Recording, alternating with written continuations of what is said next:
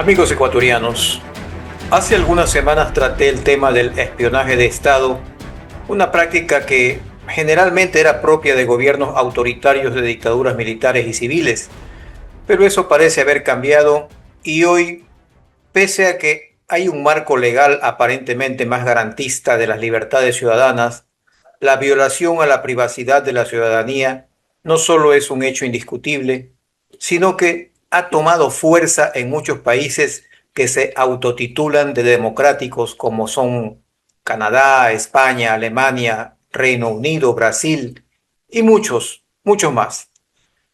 Aclaro, no estamos hablando de países catalogados como dictaduras, sino precisamente de aquellos que fungen de ser todo lo contrario. Al publicar este video corro el riesgo de ser censurado por la plataforma o incluso ser objeto de represalias por parte del Estado, pero he considerado necesario que el pueblo ecuatoriano conozca sobre esto, que no hablan los medios de comunicación tradicionales ni conocen los propios políticos, sea que estén a un lado o al otro. Por lo cual, queda bajo la responsabilidad de cada uno de ustedes el compartir este mensaje, haciendo conciencia de que se está atentando contra nuestras libertades. Voy a hablarles de una compañía llamada Palantir Technologies.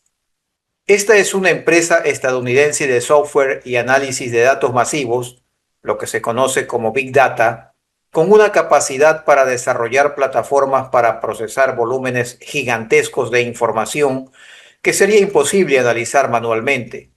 Oficialmente se ocupa de atender a las agencias gubernamentales como la CIA, el FBI o el Pentágono y grandes corporaciones financieras, con el propósito de luchar contra el terrorismo, la detección de fraudes, análisis de mercados y logística militar. El nombre es una metáfora. La empresa promete verlo todo y conectar puntos invisibles entre los datos. Es un auténtico Big Brother o Gran Hermano y mucho más. En resumen, si quiere meterlo en un libro de fantasía, es una bola de cristal mágica para ver el futuro o el presente. Eso es lo que hace Palantir Technologies. Si se trata de temas de economía o seguridad, es una poderosa herramienta de inteligencia de datos.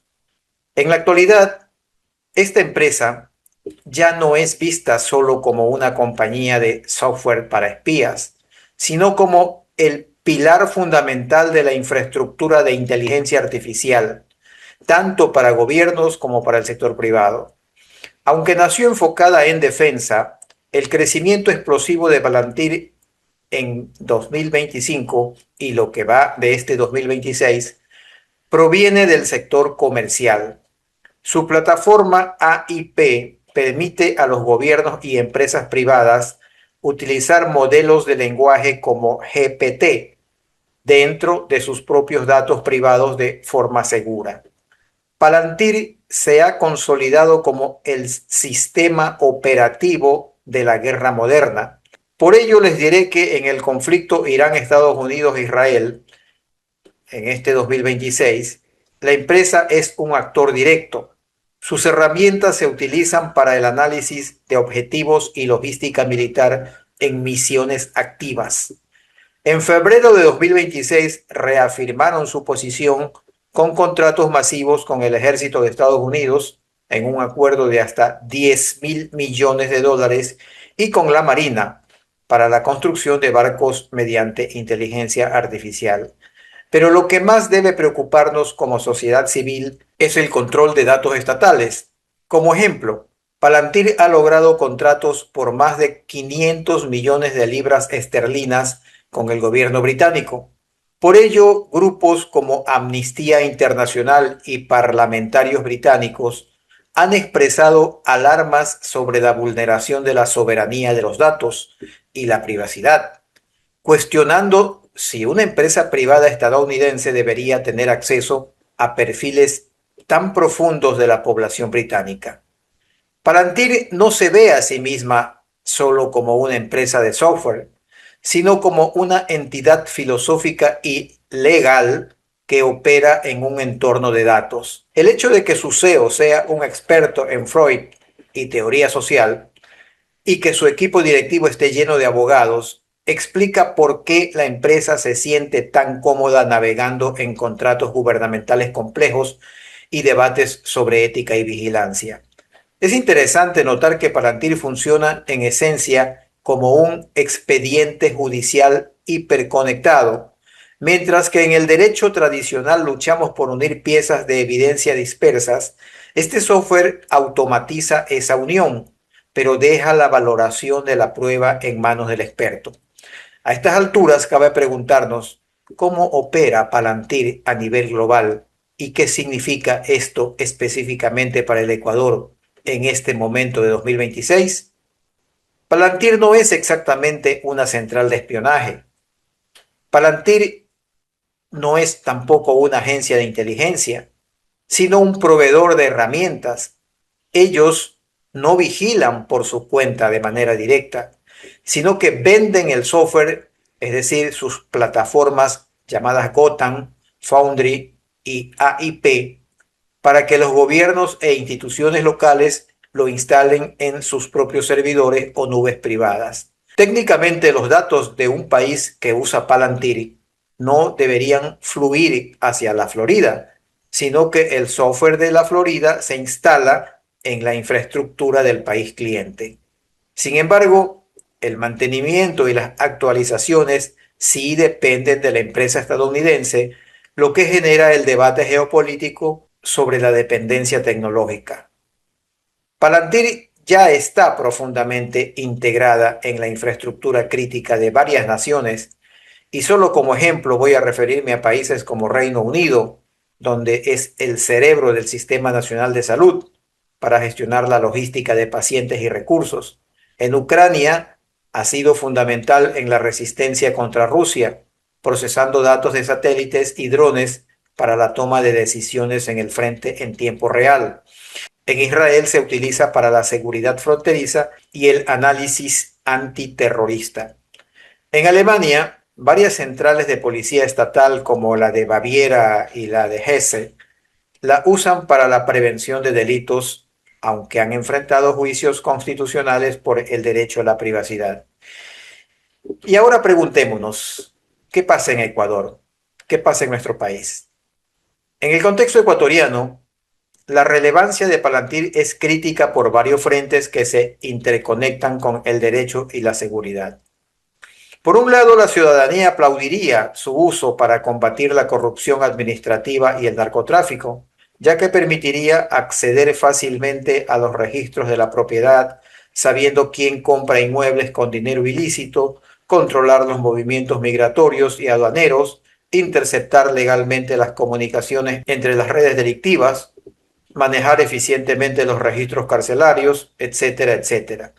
Con el incremento de los acuerdos entre Ecuador y Estados Unidos, firmados por el gobierno de Guillermo Lasso primero y luego por Daniel Noboa en 2023 y 2024, es altamente probable que la inteligencia compartida que recibe Ecuador ya haya sido procesada por software de Palantir en bases estadounidenses. La injerencia aquí es un arma de doble filo, pues, por un lado, Estados Unidos puede ofrecer a Ecuador productos de información, quién es quién en una banda, sin necesidad de que el software esté físicamente en territorio nacional, mientras por otro lado se constituye en un instrumento de espionaje contra los competidores políticos y la disidencia. En el marco legal ecuatoriano, la Ley Orgánica de Protección de Datos Personales vigente desde 2021 pone límites estrictos al tratamiento de datos. El riesgo es que si una empresa extranjera como Palantir gestiona bases de datos del Estado ecuatoriano, ¿dónde queda la jurisdicción? ¿Quién responde ante una filtración? En el momento que grabo este mensaje, la relación entre el gobierno ecuatoriano y Palantir ya no es meramente hipotética o indirecta, pues la plataforma de Palantir ya se encuentra funcionando activamente en el Servicio Nacional de Aduana del Ecuador, la SENAE. Su objetivo es cruzar y analizar volúmenes masivos de datos para identificar patrones de riesgo, redes de contrabando, lavado de activos y esquemas de defraudación tributaria. En enero de 2026, dentro del contexto del Foro Económico Mundial, el presidente Daniel Noboa mantuvo una reunión de trabajo directa en Suiza con el CEO de Palantir, Alex Karp. Aunque los acuerdos de seguridad nacional se manejan bajo reservas confidenciales, esta cumbre confirma que Ecuador busca ampliar la huella tecnológica de Palantir hacia la inteligencia militar, penitenciaria y de seguridad interna. Por otro lado, según ha informado el propio gobierno, ha alineado la lucha contra los grupos terroristas con la infraestructura tecnológica de aliados estratégicos. En la práctica, la inteligencia que Estados Unidos comparte con las Fuerzas Armadas ecuatorianas para el rastreo de narcorrutas y cabecillas pasa, en su origen, por los sistemas de Palantir, es decir, Maven y Gotham. Todo esto suena positivo, pero ¿en qué medida el Estado ecuatoriano está entregando el perfil de consumo fiscal y logístico de sus ciudadanos a un software controlado por una empresa estadounidense? Aún no existe una comisión en la Asamblea Nacional con la capacidad técnica o legal para hacer una auditoría de algoritmos que determine si la herramienta respeta el debido proceso o si genera falsos positivos en perfiles de riesgo aduanero y penal. Palantir ya no es un observador externo en Ecuador. Sus algoritmos están procesando actualmente las operaciones comerciales y de aduana del país y el Ejecutivo, es decir, el presidente, está buscando ampliar esa cooperación. ¿Hasta dónde? No lo sabemos. Para el país, esto pretende ser una herramienta de precisión inédita contra la delincuencia organizada y la evasión. Ya veremos qué tan cierto es. Pues hasta ahora, la delincuencia organizada no ha parado de crecer y los cargamentos de droga de origen ecuatoriano capturados en puertos europeos aumenta semana tras semana. Aparte de esto, es un hecho el alto riesgo de dependencia tecnológica y de vacíos legales en el control de la privacidad de los ecuatorianos. En el ámbito estatal, Palantir plantea una tensión directa entre el modelo de seguridad del Estado y la matriz de garantías del Estado constitucional de derechos y justicia. El artículo 1 de la Constitución del Ecuador determina precisamente ese Estado constitucional de derechos y justicia. Desde el derecho constitucional ecuatoriano y el derecho internacional de los derechos humanos, la implementación de este tipo de tecnologías sin contrapesos legislativos e institucionales estrictos vulnera principios esenciales y derechos de libertad fundamentales. La Constitución del Ecuador es garantista y pone a la persona humana como centro y fin del Estado. El uso de algoritmos de inteligencia de datos a gran escala choca frontalmente con varios artículos del texto constitucional. Para finalizar, voy a referirme a tres leyes que el gobierno actual promulgó en el año 2025, las cuales se relacionan estrechamente con el tema que estamos abordando y que deberían ser temas de debate nacional, no solo de partidos políticos, periodistas, sociólogos, psicólogos, iglesia, empresarios, sino de toda persona que tenga un poco de conciencia y educación para entender frente a qué cosa estamos. El paquete normativo al que me refiero está conformado por las llamadas Ley Orgánica de Inteligencia, Ley Orgánica de Solidaridad Nacional y Ley Orgánica de Integridad Pública, con las cuales el Estado ecuatoriano ha diseñado una arquitectura legal e institucional que encaja con las capacidades de plataformas de analítica masiva y data fusión, como Palantir. Si antes la presencia de Palantir constituía un riesgo técnico o una vulnerabilidad fáctica, con este paquete normativo pasa a convertirse en facultad legal explícita y centralizada en el Ejecutivo, ergo el presidente de la República. A continuación haré un breve análisis de riesgos correlacionados, estructurado en cuatro ejes principales. Vamos por el primero, la legalización del acceso y cruce masivo de datos, es decir, la data fusión. Ya sabemos cómo plataformas como Palantir requieren la interconexión de bases de datos heterogéneas, SRI, SENAE, Registro Civil, Telecomunicaciones, para generar inteligencia predictiva y perfilamiento. La Ley Orgánica de Inteligencia, en su artículo 48, obliga a todas las entidades públicas a entregar y actualizar de manera permanente sus bases de datos al ente rector de Inteligencia Nacional en un término máximo de 2 días. El artículo 51 de la misma ley obliga a las operadoras de telecomunicaciones a entregar información histórica hasta 5 años y en tiempo real sobre comunicaciones, geolocalización de celdas y tráfico digital a los subsistemas de inteligencia. Se le otorga al Ejecutivo, es decir, al presidente de la República, el marco legal para alimentar legalmente un motor de procesamiento de Big Data, el cruce de datos fiscales, aduaneros, financieros y de localización geográfica de cualquier ciudadano o actor político deja de requerir autorización judicial previa en la fase de inteligencia. Segundo, el blindaje de opacidad y destrucción de pruebas. Uno de los principales riesgos señalados sobre el uso político de la tecnología era la imposibilidad de auditar las consultas o el uso de la información debido a la reserva contractual y la debilidad de los controles. Pero el artículo 13 de la Ley Orgánica de Inteligencia establece un fondo permanente de gastos especiales, fuera de la Ley de Contratación Pública y de la legislación tributaria. La fiscalización es exclusiva del Contralor y la información es incinerada, escuchen, incinerada tras el control, dejando únicamente actas codificadas. Sigamos. El artículo 11 de la referida ley permite al ente rector emitir normativa interna regulatoria sin necesidad de publicarla en el registro oficial. Insisto, sin necesidad de publicarla en el registro oficial. Por otro lado, el artículo 47 excluye expresamente a los informes de inteligencia de ser usados como prueba en procesos judiciales y exime a los funcionarios de inteligencia de responsabilidad o acciones judiciales administrativas derivadas de su producción, es decir, patente de corso. En conclusión, se crea una caja negra legalmente protegida. Si el sistema analítico es utilizado para perfilamiento político o micro-targeting electoral, no habrá rastro auditable, pues la normativa es secreta. La información financiera se incinera y los reportes no son fiscalizables por vías ordinarias. Tercero, instrumentalización de la inteligencia para acciones de fuerza directa.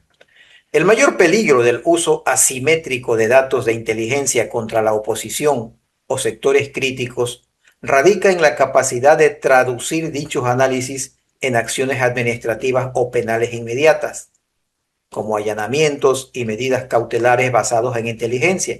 La Ley Orgánica de Solidaridad Nacional reforma el COIP en sus artículos 480, numeral 8 y 482, numeral 6, permitiendo allanamientos en el marco del conflicto armado interno basados en informes de inteligencia, sujeto únicamente a un control judicial posterior. Inmovilización de activos e incautación por medio del artículo 12 de la misma ley, que autoriza la incautación y ocupación inmediata de bienes, dinero en efectivo o activos vinculados a economías criminales. Esto de economías criminales tengo que ponerlo entre comillas porque serían presuntas en todo caso, porque todo es presunto hasta que no se compruebe lo contrario judicialmente, y en este caso estamos hablando de inteligencia que ordena de facto este tipo de acciones, pasando a administración estatal. Otra, prisión preventiva obligatoria y juicio expedito. Se establece la prisión preventiva no sustituible, según el artículo 534, numeral 1 del COIP, y un procedimiento unificado y expedito de una sola audiencia, conforme al artículo 651, numeral 7 del Código Orgánico Integral Penal. Cuando digo COIP, hablo del Código Orgánico Integral Penal, aclaro, para los que no conocen a fondo de este tema. Esto para delitos conexos al conflicto armado me refiero. El riesgo correlacionado.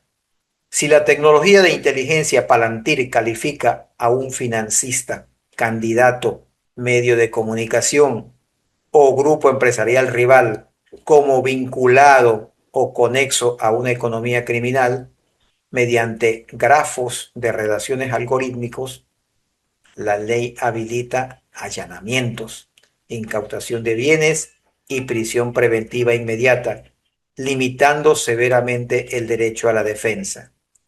Y cuarto, disciplinamiento institucional y subordinación de contrapesos. Para que un esquema de control de datos y presión política funcione sin frenos, se requiere neutralizar la independencia judicial y los órganos de regulación. La Ley Orgánica de Integridad Pública, reformando el Código de la Función Judicial en su artículo 269, numeral 1, faculta al Consejo de la Judicatura a declarar la emergencia en la función judicial, permitiendo la remoción, evaluación anticipada y contratación expedita de jueces y fiscales sin estabilidad laboral. También tenemos la centralización monetaria y financiera. La Ley Orgánica de Integridad Pública unifica la Junta de Política y Regulación Financiera y Monetaria bajo designación propuesta por el Ejecutivo, una vez más, el presidente de la República, concentrando el control sobre la información bancaria y el sistema financiero. Los jueces y fiscales operarán bajo la amenaza constante de destitución si contradicen los informes emitidos por el Sistema Nacional de Inteligencia o si no aplican las medidas gravosas solicitadas por el Ejecutivo, por el presidente de la República.